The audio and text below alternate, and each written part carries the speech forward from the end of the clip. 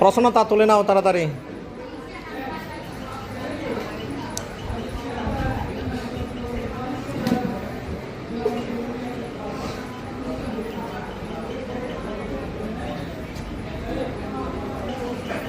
প্রশ্নটা দেখা যায়।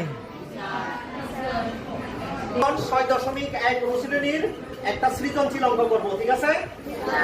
আমাদের কি সৃজনশীল অঙ্ক আসবে নাকি বোধ বইয়ের এমনিতে অঙ্কগুলো আসবে? সৃজনশীল আকারে আসবে।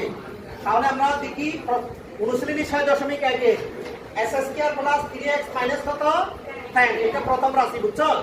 তারপরে s square minus x minus 2 কত 2, এটা দ্বিতীয় রাশি। আর s square plus x minus 6 কত 3, কয়টা রাশি? তিনটা রাশি। তাহলে প্রথম রাশিকে উৎপাদকে বিশ্লেষণ করো, ঠিক আছে? কিভাবে করবো? প্রথম রাশি কোনটা, এটা না? দেখো আমি কিভাবে করতেছি। 6 নাম্বার প্রদত্ত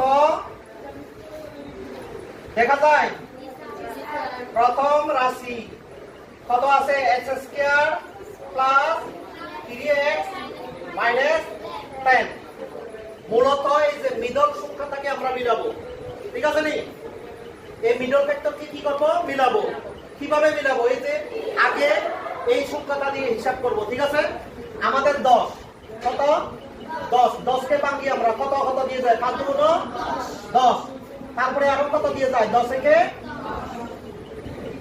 10, ঠিক আছে? এখন 3x কিভাবে মেলাবো?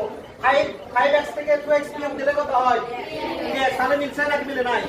আর এদিকে 5 গুণ 10, এদিকেও মিলতেছে, ঠিক আছে? এভাবে মিলাই, বুঝছো? তাহলে দেখো আমরা কি লিখবো এখন? s স্কয়ার প্লাস 5x, তারপরে কি দেব? মাইনাস 2x মাইনাস কত 10। এখন এখানে কয়টা x আছে? দুইটা, একটা কমন দিলাম, আরো কয়টা থাকবে? একটা। কি চিহ্ন আছে? প্লাস x চলে গেছে, কি থাকবে?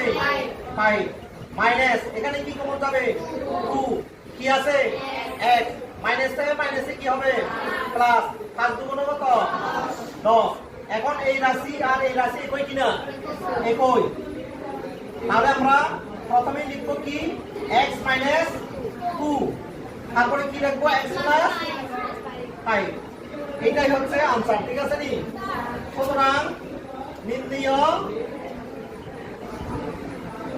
উৎপাদক x মাইনাস 2 x মাইনাস 5, এটা হবে আনসার, বুঝছো? এখন আমরা 6 নাম্বারটা করবো, ঠিক আছে?